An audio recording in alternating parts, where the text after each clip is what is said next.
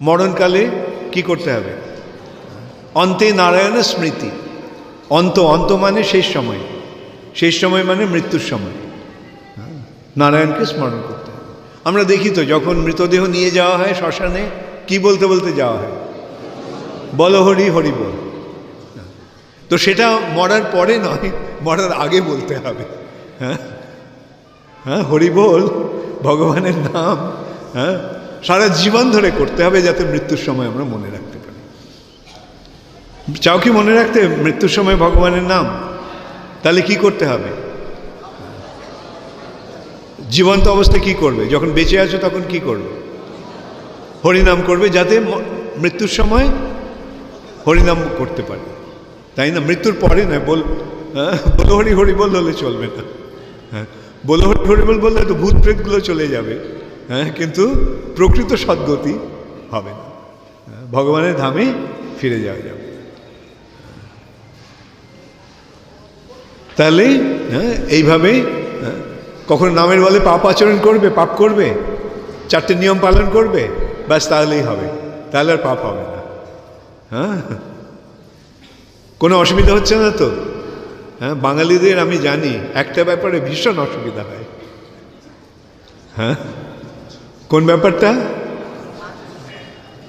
হয়েছিল? কি মাছ মাংস ছাড়াটা অসুবিধা হয়ে যায়। আত্মীয় স্বজনদের বাড়িতে গেলে ওরা জোর করে খাওয়াতে চায়, তাই না? হ্যাঁ, বৈষ্ণব হয়ে কি লাভ? হ্যাঁ, খাও পিও জিও।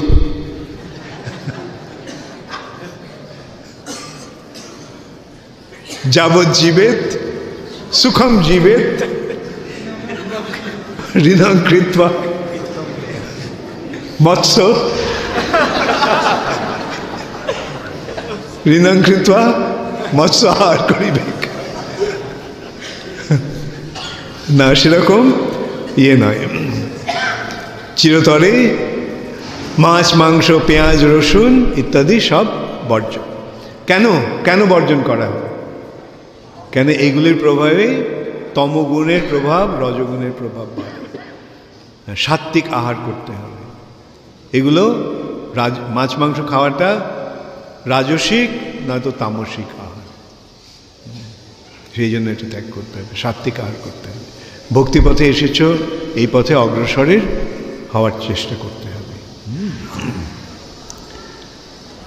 নেশা, অনেকেরই হয়তো সেরকম বড় নেশা ছিল না তোমাদের, তবে কতগুলো নেশা আছে। চা খাওয়ার নেশা, ঘুম